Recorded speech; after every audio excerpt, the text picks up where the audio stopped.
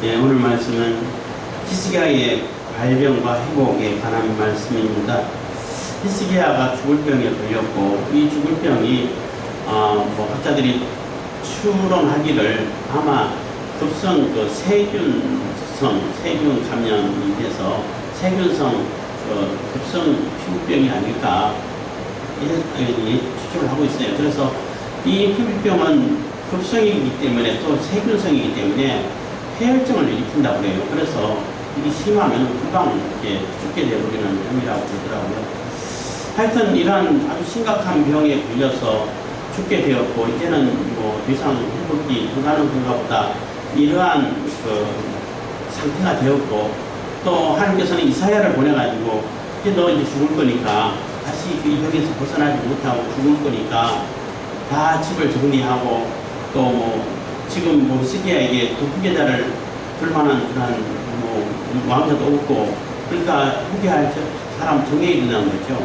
정하고 이렇게 잘 정리하라고 하고 전해주고 이사야는 왕궁을 이렇게 나가고 있고 그럴 때 이사야가 너무나 충격적이고 이거 하나님 내 병 이거 고쳐주실 줄 알았는데 안 고쳐주시고 죽는다 그러니까 얼마나 속이 이렇게 참 무너지겠어요.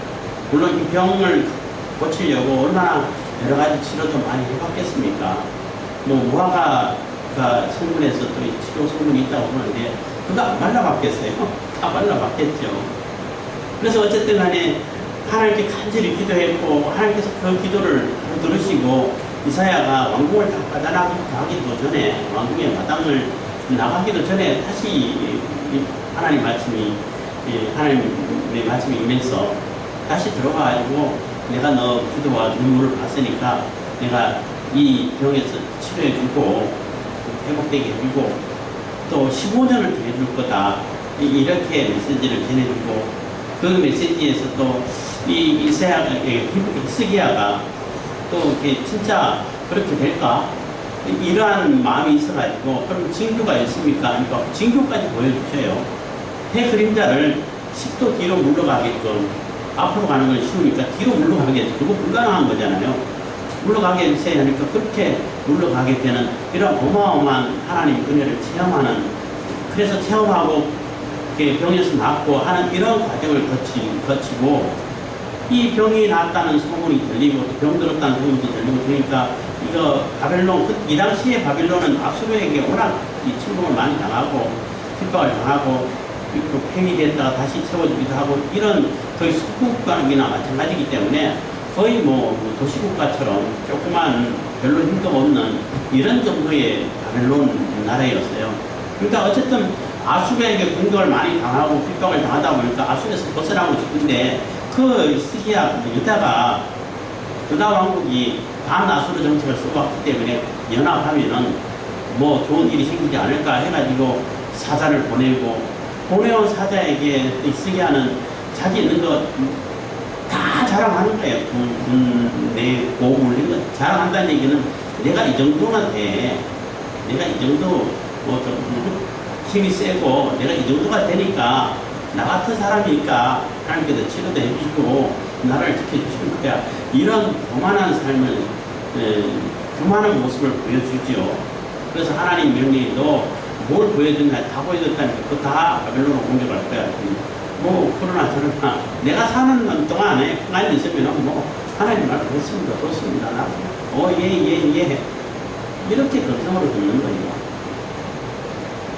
뭐 나만 편하면 되지 뭐 무슨 또 알아서 할 일이고 이런 교만한 모습으로 살 때에 그리고 이 히스기야에 대한 이게 끝나요.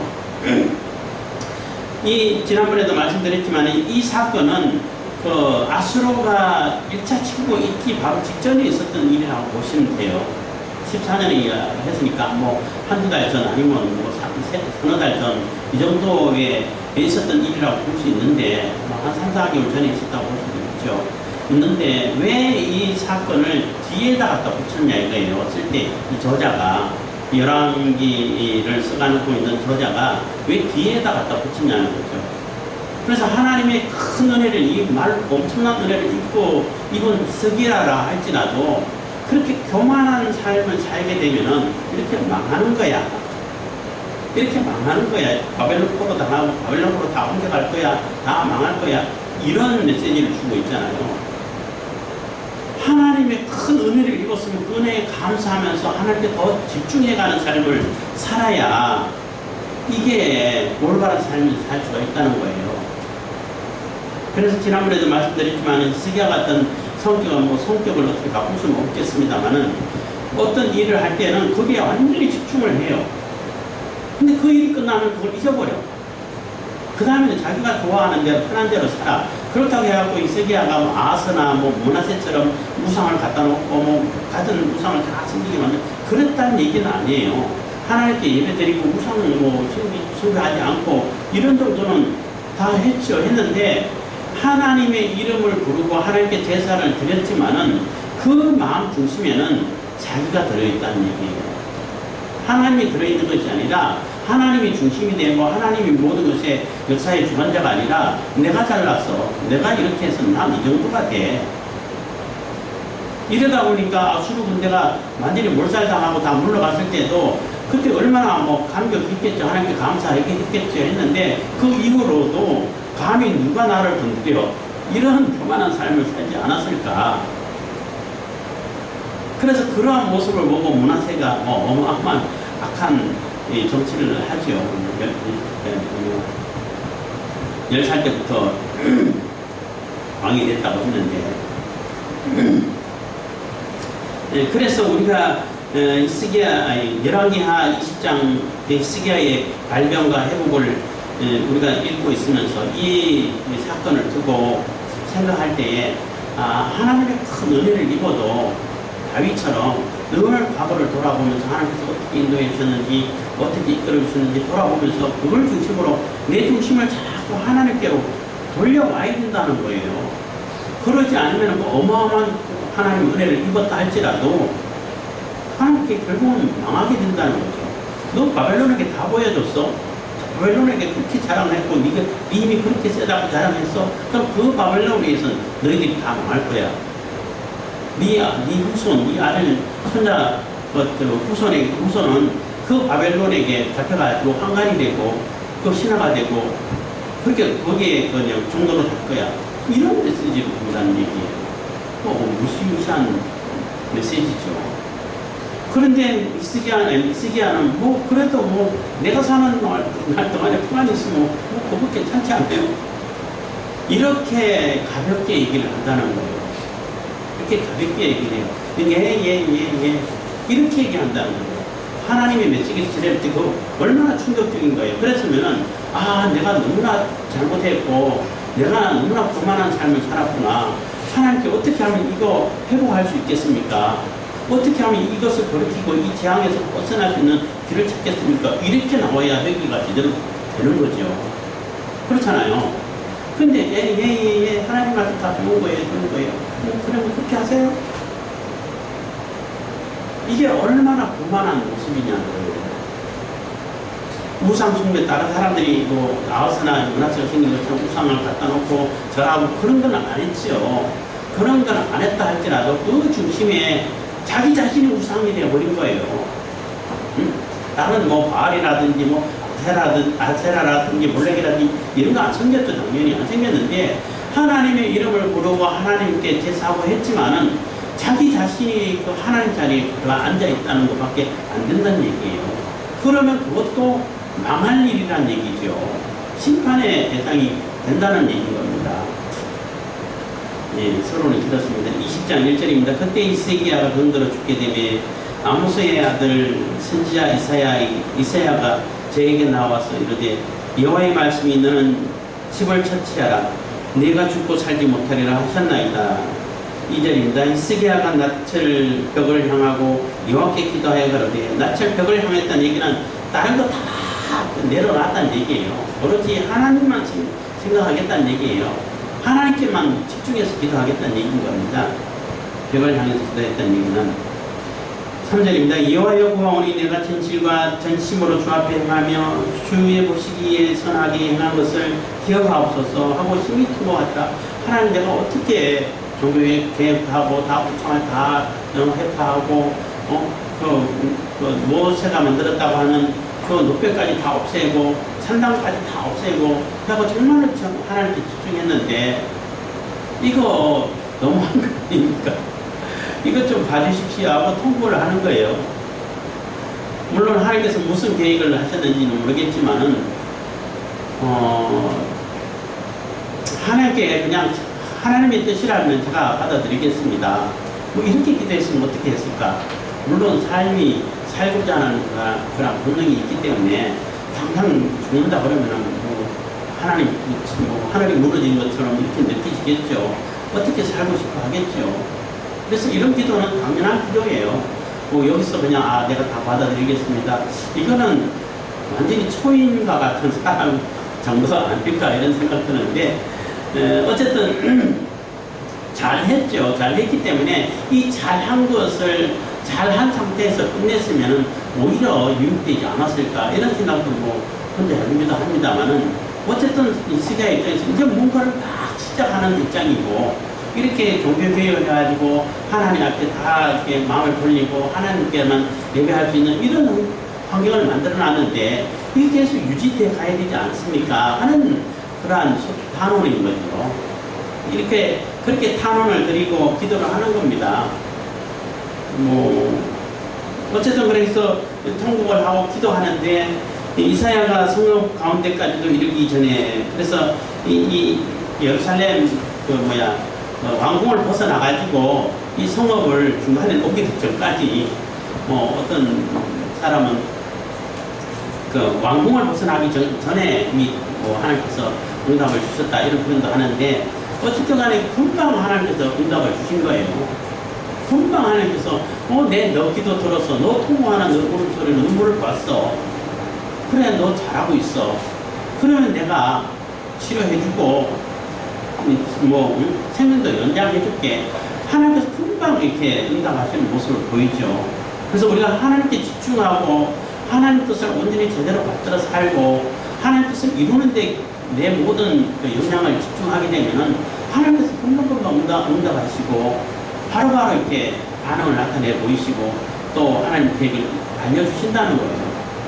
그러면 더 사는 15년은 정말로 하나님께 감사하면서 하나님께 더 집중해야 되는 것이 이게 맞는 건데 사람은 또 그게 아닌가 봐. 특히 히스기야와 같은 그런 성격을 가진 사람들은 과거를 너무나 잘 잊어버리기 때문에 그만하기 쉽게 된다 하는 그런 메시지를 주고 있는 겁니다. 어쨌든 성읍 가운데까지도 이르기 전에 여호와의 말씀이 저에게 임하여 가라사대 5절입니다. 너는 돌아가서 내 백성의 주권자 히스기야에게 이르기를 왕의 조상 다윗의 하나님 여호와의 말씀이 내가 네 기도를 들었고 내 눈물을 보았노라. 내가 너를 낫게 하리니 네가 3일 만에 여호와의 전에 올라가겠고 내가 네 날을 15년을 더할 것이며 내가 너와 이 성을 아수르 왕의 손에서 구원하고 내가 나를 위하여 또 내 종 다윗을 위하여 이 성을 보호하리라 하셨더라. 그래서 하나님의 메시지를 이렇게 하러 가서 이렇게 메시지를 전하면서 이사야가 가로되 7절인데 이사야가 가로되 무화과 반죽을 가져오라 하며 우리가 가져다 그 종초에 놓으니 나으니라. 그래서 무화과 반죽 가져와라. 이게 늘 치료하던 거예요. 그때만 무화과 그 반죽을 하면 되겠다 이런 메시지를 준 게 아니라 그 무화과 반죽에는 그런 치료의 어떤 성분이 있다고 해요. 의학적으로도. 그렇기 때문에 이런 치료를 안 해봤겠어요? 많이 해봤겠죠. 지금까지는 안 들었는데 이사야가 갖고 오라고 해가지고 가져서 바르니까 낫더라는 거죠. 그래서 이게 치료가 이제 낫는데 히스기야가 아직 이게 진짜 이거 완전히 이렇게 되었을까? 진짜 나을까? 진짜 하나님 말씀대로 3일 만에 그 하나님 전에 올라가서 내가 예물을 드릴 수 있을까? 이런 의심이 들었던 거죠. 8절입니다. 히스기야가 이사야에게 이르되 여호와께서 나를 낫게 하시고 3일 만에 여호와의 전에 올라가게 하실 무슨 징조가 있나이까 하고 징조를 구하는 거예요. 이사야가 가로되 여호와의 하신 말씀을 응하게 하실 일에 대하여 여호와께로서 왕에게 한 징조를 이 말이 있다. 한 징조가 이 말이 있다. 해 그림자가 10도를 나아갈 것이니까 혹 10도를 물러갈 것이니까 그래서 조금 앞으로 더 빨리 돌든지 그 지구가 반대로 굴러 돌든지 하게 할 것입니까? 하고 묻는 거예요. 히스기야가 대답하되 그림자 10도를 나아가기는 쉬우니 그리할 것이 아니라 10도가 물러갈 것이니이다. 선지자 이사야가 여호와께 간구하며 아하스의 이동포 위에 나아갔던 해 그림자로 10도를 물러가게 하셨더라. 해서 그 해시계의 해 그림자가 쭉쭉쭉 앞으로 나가던 그런 것이 반대로 10도를 갔다는 거예요. 해시계에 계단을 해가지고 알아볼 수 있도록 했는데, 다시 말하면 지구가 거꾸로 돌았다는 얘기예요. 근데 어떻게 이런 일이 있을 수 있냐는 거죠. 인간 과학적으로는 불가능한 거죠. 그래서 학자들이 다른 데는 아무런 징조가 없고, 그런 근거도 없고, 기록도 안 나온다. 그러면 거기서만, 그림자만 조금 움직이게끔 하나님께서 만들지 않았을까. 이렇게 얘기하는데, 저는 지구가 거꾸로 돌았다고 봐요. 지구가 거꾸로 돌아도 우리가 생활하는 데는 아무런 지장이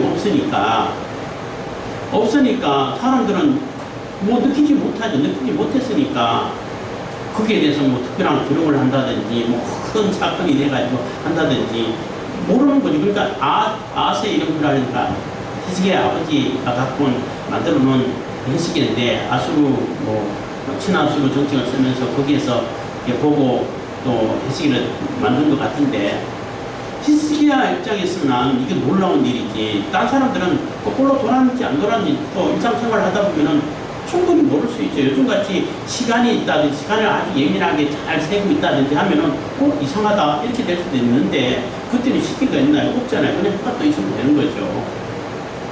어떤 사람은 그래요. 지구가 얼마나 빨리 도는데 여호수아 때 멈춰라 해갖고 지구가 멈추고 했는데, 히스기야 때 10분, 20분 되는데, 그런데 가다가 엄청나게 빠른 속도로 갖고 서버리면은 물이 완전히 쏟아져가지고 해일이 나고 지각 변동이 나고 다 멸종되어 버릴 거다고 이렇게 얘기를 해요. 근데 그 사람은 정말 어리석은 사람인데, 아니 누가 그렇게 세우는 사람이 있어요? 운전할 100km 운전할 때 고속도로 갈 때 100km, 어떤 사람 200km, 300km 막 달리잖아요. 그럴 때 세울 때 그냥 꽉 세워버리나? 그렇게 브레이크 잡아가지고 그냥 핸들 확 꺾어버리면 들들 굴러가지고 박살 나버리죠. 그렇게 세우는 사람 누가 있어요? 가속 페달 떼고 점점 속도를 줄여가지고 브레이크 잡아도 한 번에 확 안 잡아요. 이렇게 몇 번 나눠서 잡아가지고 서서히 지장 없게 별 충격이 없게 서지. 그렇잖아요. 그라인더 같은 거 가지고 전동 끼고 돌 때 얼마나 빨리 돌려요. 그렇게 쇠도 갈고 쇠도 깎고 하는데, 그거 깎고 전원 꺼버리면은 확 서버리나 그냥? 안 그러잖아요. 이렇게 서서히 서지요. 그런데 아무런 지장이 없고 충격이 없어요. 그렇게 쓰면은. 하나님이 지구를 돌리는데 그렇게 서오겠어요? 그냥 서무사하게, 아니면 사람들 별 느끼지 못하게 이렇게 세우고 다시 뒤로 돌가 만들고 다시 세우고 이러면은 사람들 별로 느끼지도 못해. 지금 엄청나게 빨리 도는 이 지구의 회전을 사람들이 느끼고 있어요, 지금. 여러분들 너무나 지구가 빨리 돌아가지고 멀미 나서 도저히 못 살겠다 이런 사람 봤어요? 아무렇지도 않잖아요, 지금. 그렇잖아요. 하루에 한 바퀴 도는데 그 바퀴를 계산하면 어마어마하게 빠른 속도예요. 시속 100km, 이거는 속도도 아니야. 몇천 킬로가 돼요. 이 엄청나게 빠른 속도를 도는데 우리는 하나도 못 느끼고 있잖아요. 근데 그것을 갑자기 확 세워가지고 해일이 일어나고 지각 변동이 일어나고 그렇게 세우는가? 안 그래요?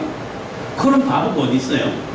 우리도 인간이 만든 기계도 엄청나게 빠른 속도로 갈 때, 세울 때, 비행기는 그러면은, 비행기는 마하기 때문에 소리의 속도보다도 더 빠르게 달리는 그런 비행기인데, 착륙할 때 그러면 바로 땅에 갖다 꽂아버리나? 그럼 박살나버리죠. 안 그러잖아요. 이렇게 서서히 이렇게 해가지고 땅에 와가지고 착륙할 수 있도록 한다고 엄청나게 빠르던 음속 몇 배로 달리던 2.5 이런 식으로 달리던 그 비행기가 땅에 착륙할 때 그냥 꽂아버리나? 그런 바보가 어디 있어요? 그렇잖아요. 그러니까 이게 지구가 돌렸다 그러면은 과학적으로 이해가 안 가고 어떻게 그렇게 할까? 그렇게 하면 다 망가지지 않고 그러면 딴 데서는 전혀 못 느꼈는데 못 느끼죠. 우리가 지금 지구가 엄청나게 도는 속도도 못 느끼고 있는데 잠깐 섰다가 뒤로 갔다 돌아가는 거 뭐 느낄 수 있겠어요? 그러니까 당연히 뭐 기록이 없죠. 딴 데는 느끼지도 못했는데. 그렇기 때문에 그런 거 가지고 이게 뭐 그냥 지구는 그냥 돌아가고 있는데 그림자만 잠깐 이상하게 그게 또 오히려 이상한 게 아닐까요? 이런 생각을 하게 되는 거예요. 그렇게 얘기했다 그러는데 그거는 조금 너무 어이없는 해석이라고 볼 수 있어요. 지구 거꾸로 돌렸다고 볼 수 있어요. 그래서 뭐 나사 과학 잡지에 뭐 지금 그 잡지를 찾을 수가 없어가지고 그걸 되게 어려운데 제가 여러 번 들었고 써먹기도 했는데 인공위성기 올리기 위해 가지고 이 날짜를 계산하는데 자꾸 날짜가 하나가 비는 거예요. 하루가 없어진 거야. 이상하게 컴퓨터 이상도 없고 계산도 잘못되지 않은데 계속 하루가 빈다고 나오는 거예요. 그래서 찾은 것이 그 여수화 때 거의 하루라고 그랬어요. 하루가 아니라는 얘기죠. 24시간 아니라는 얘기예요. 23시간 20분이래. 20분이고 나머지 그럼 40분은 어디 갔을까 하고 지식계할 때 이게 찾았는데 이때 그걸로 돌았구나. 이렇게 과학적으로 찾아냈다는 소리를 들었어요. 그래서 과학이 발달되면은 과학이 발달될수록 성경이 부정되는 것이 아니라 증명이 되는 거예요. 많은 부분이 그랬어요.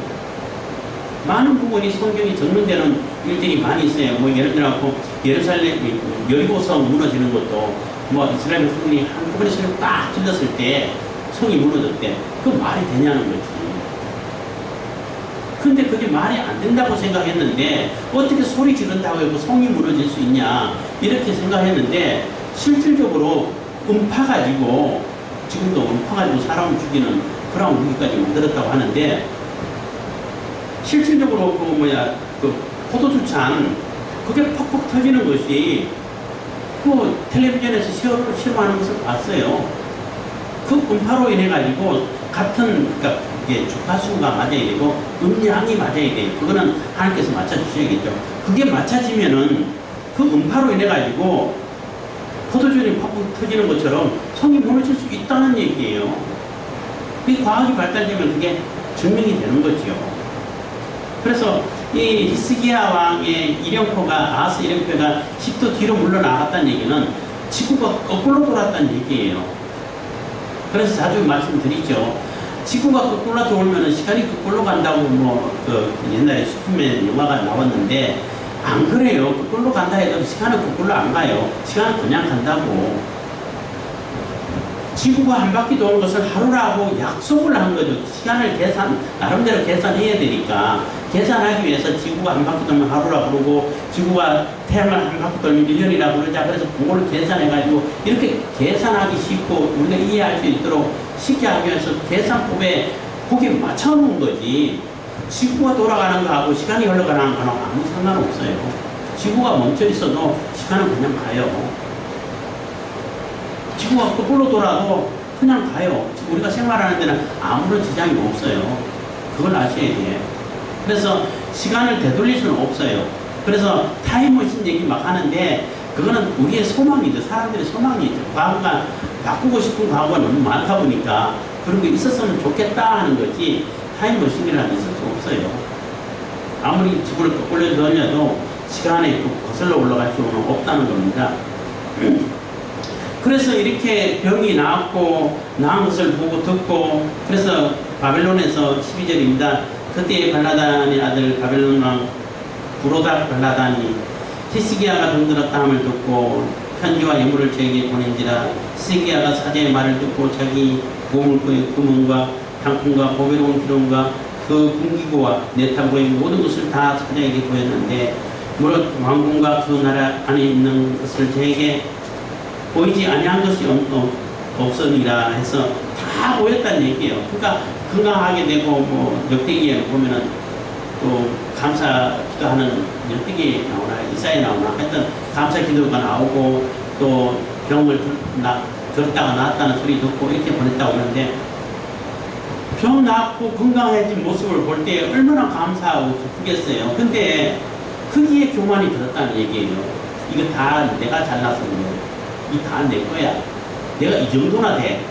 우리 보물이 이 정도고 군사력이 이만큼 해. 그러니까 바벨론 너네들 조그만 나라지 우리한테 붙어. 이 얘기밖에 안 되는 거예요. 그래서 다 보여줬다는 것입니다. 14절입니다. 선지자 이사야가 히스기야 왕에게 나와서 이르되 이 사람들이 무슨 말을 하였으며 어디서부터 왕에게 왔나이까. 히스기야가 가로되 먼 지방 바벨론에서 왔나이다. 그래서 저 멀리 있는 바벨론에서까지 와가지고 내 명성을 들을 정도로 뭐 대단한 거야. 이런 교만에 빠진 것입니다. 15절입니다. 이사야가 가로되 저희가 왕궁에서 무엇을 보았나이까. 히스기야가 대답하되 내 궁에 있는 것을 저희가 다 보았나니 나의 내탕고에서 하나도 보이지 아니한 것이 없나이다. 그래서 다 보여줬어요. 이 정도라는 거 내가 얼마나 대단하고 얼마나 많은 것이 갖춰져 있고 얼마나 힘센지 다 보여줬어요. 하나님께서 네가 이 정도가 되니까 이렇게 바로 그냥 돈도 취해주고 그러지 않습니까? 이런 교만을 얘기하는 것입니다. 16절입니다. 이사야가 히스기야에게 이르되 여호와의 말씀을 들으소서. 그래서 하나님 말씀 굉장히 진지한 말씀인 거예요. 하나님께서 굉장히 진노하시는 말씀인 거예요. 이사야를 통해서 히스기야에게 하는 말씀이. 17절입니다. 여호와의 말씀이 날이 이르리니 무릇 왕궁의 모든 것과 왕의 열투가 오늘까지 쌓아두었던 것을 바벨론으로 옮긴 바 되고 하나도 남기지 않을 것이요. 또 왕의 몸에서 날 아들 중에서 사로잡혀 바벨론 왕궁의 환관이 되리라 하셨나이다. 이래서 이거 엄청난 일이잖아요. 이거 완전 다 멸망한다는 얘기잖아요. 유다 왕궁이 멸망할 거야. 네가 보여준 바벨론에 의해 가지고 다 멸망할 거야. 다 빼앗길 거야. 다 약탈해 갈 거야. 네 후손도 잡아가지고 환관으로 삼고 신하로 삼아가지고 부릴 거야. 노예로 삼을 거야. 이 얘기잖아요. 엄청난 얘기인 거예요.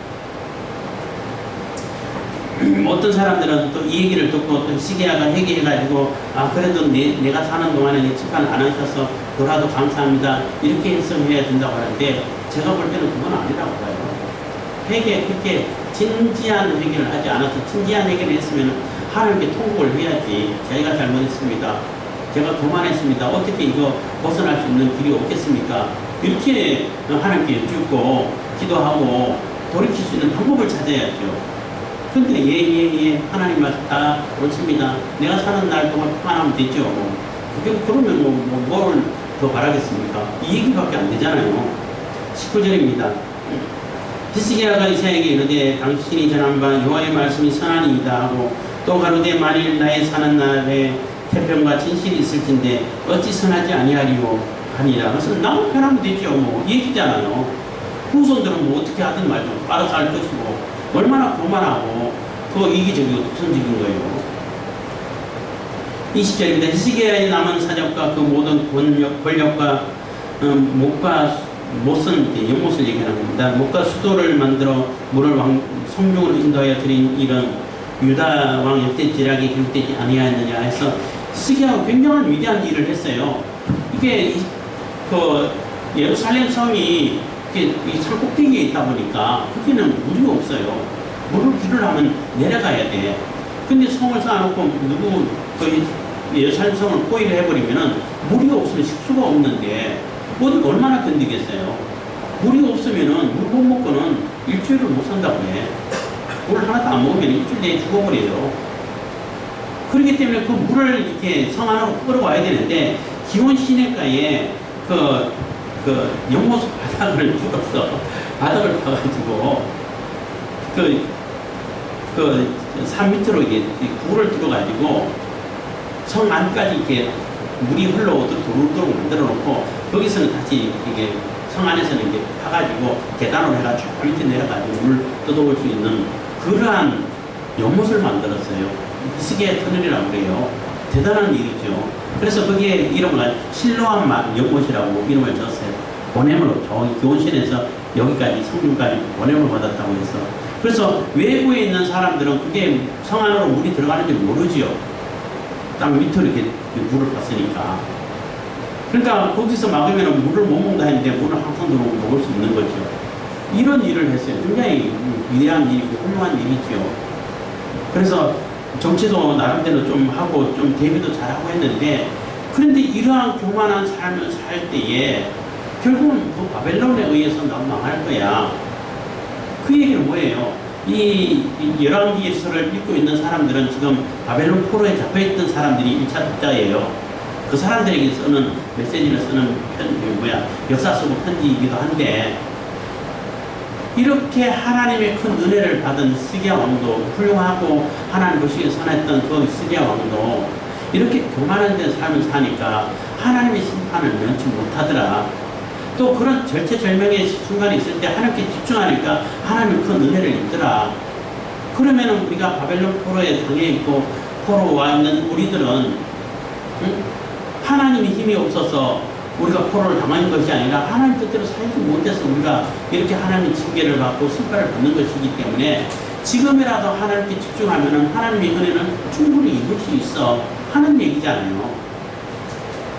그렇기 때문에 아까도 말씀드렸습니다만 이거는 아수르가 침공 있기 전에 있었던 일이라고 볼 수 있는데 15년 연도 계산해도 그렇고 또 아수르에게서 구원해 주겠다는 약속의 말씀도 있고 했는데 그 약속의 말씀도 분명히 약속하셨는데도 안 믿잖아. 그리고 아수르가 쳐들어오니까 그 교만을 심판하기 위해서 아수르가 쳐들어오도록 하나님께서 버려두신 것 같은데, 그럴 때 어떻게 해요? 하나님 잘못했습니다 하고 하나님께 절대 엎드려가지고 하나님께 모든 해결을 찾으려고 한 것이 아니라 돈을 다 끊고 돈으로 해결하려고 그러잖아요. 돈으로 해결하려고 그러고 이사야를 읽어보면은 또 애굽에 지금 혼란스러운 애굽에 가지고 애굽의 도움을 요청해. 애국 가는 길을 막아버리니까 저 광야로 돌아가가지고 몰래 숨어가지고 돈을 바리바리 없는 돈 바리바리 싸들고 그거 가가지고 또 돈만 주고 먹기 당하고 아무도 돈 못 받잖아요.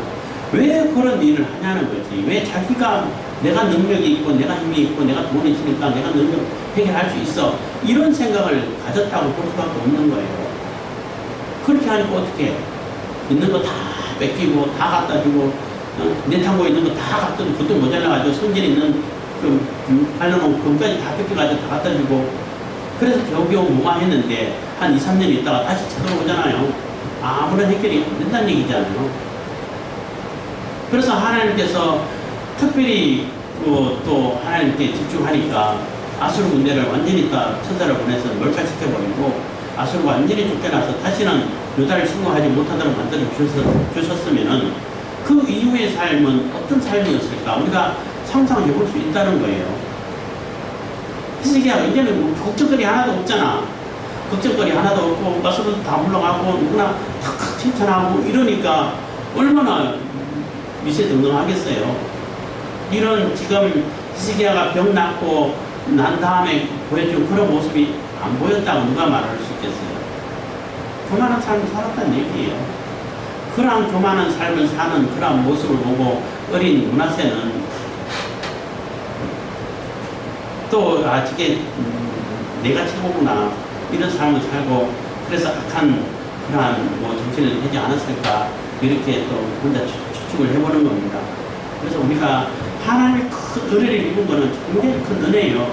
그러면 늘 감사하고 거기에서 집중하고 그 하나님 말씀에서 벗어나지 않도록 이렇게 하나님께서 나를 도와주셨는데 하나님께 집중하면 이렇게 큰 은혜를 입을 수 있는데 자꾸 내가 교만에 빠지고 내가 모든 것을 다 할 수 있어요. 이런 교만에 빠지지 않도록 돌아봐야 되지 않겠냐 하는 메시지가 있는 것입니다.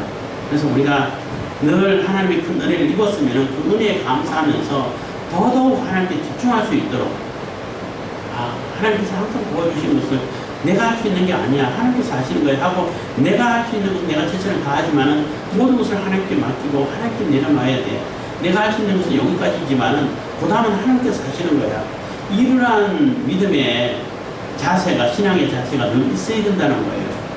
그래야만이 하나님 우리가 계속 임하시 큰 은혜를 입었다 할지라도 내가 교만에 빠져 살게 되면은 그 역시 하나님의 심판의 대상이 된다는 겁니다. 그래서 결코 하나님의 징계에 빠지지 않고 하나님 은혜를 계속 입을 수 있는 그런 우리 주의 교회 성도들이 다 되기를 바라고 저와 여러분들 다 되기를 바라겠습니다. 기도하겠습니다.